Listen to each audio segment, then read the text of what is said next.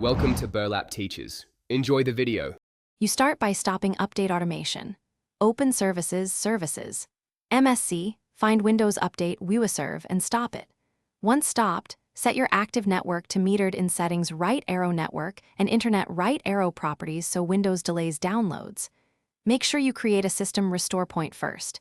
This protects you if something goes wrong.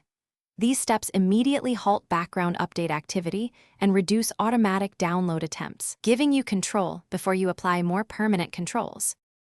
You now apply the main block. If you have Pro or Enterprise, open gpedit.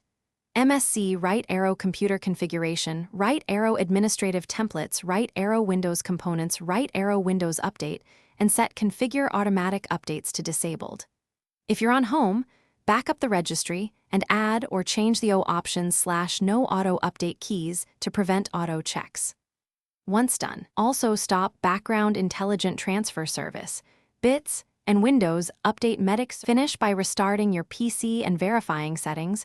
Right arrow Windows update shows paused or disabled.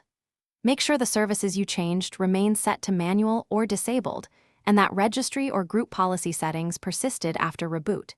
If Windows resumes updating, reopen services and gpedit/registry to confirm values. Race conditions can occur if medic service resets settings. If anything breaks, use the system restore point you created earlier to revert. This is the fastest, safe recovery method.